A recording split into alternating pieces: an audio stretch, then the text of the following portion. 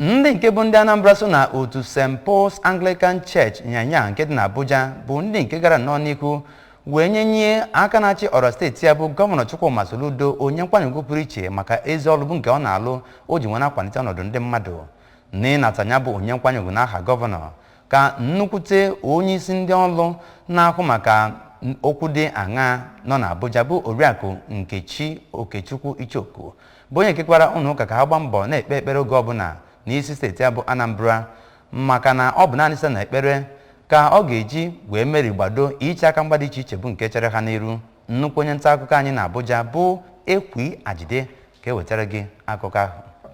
Gọvanọ siri kwuo ọtụtụ ihe ịma aka n'ihu dị nke gụnyere ego adịghị, ụjọ na ide mmiri, ma site n'ekpere na ịdị uchu ihe ga-agbanwe maka ọdịmma ndị obodo.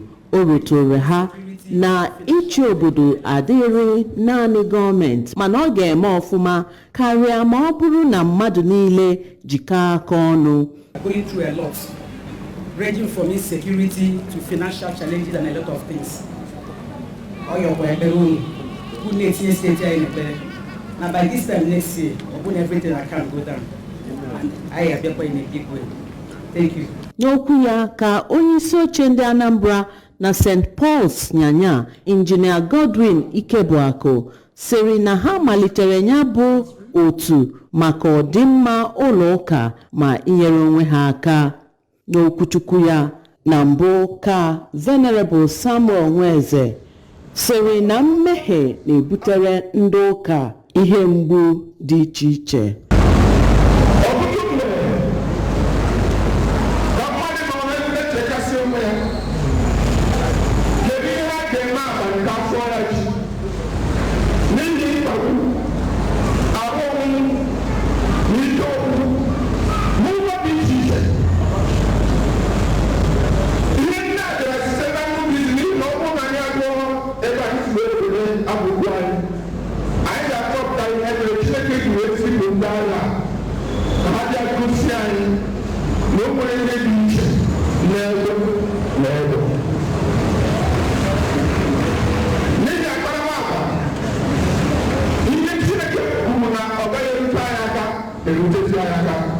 Site na Abuja, abụ m Princess Ekwi Ajide, akụkọ ụwa ABS.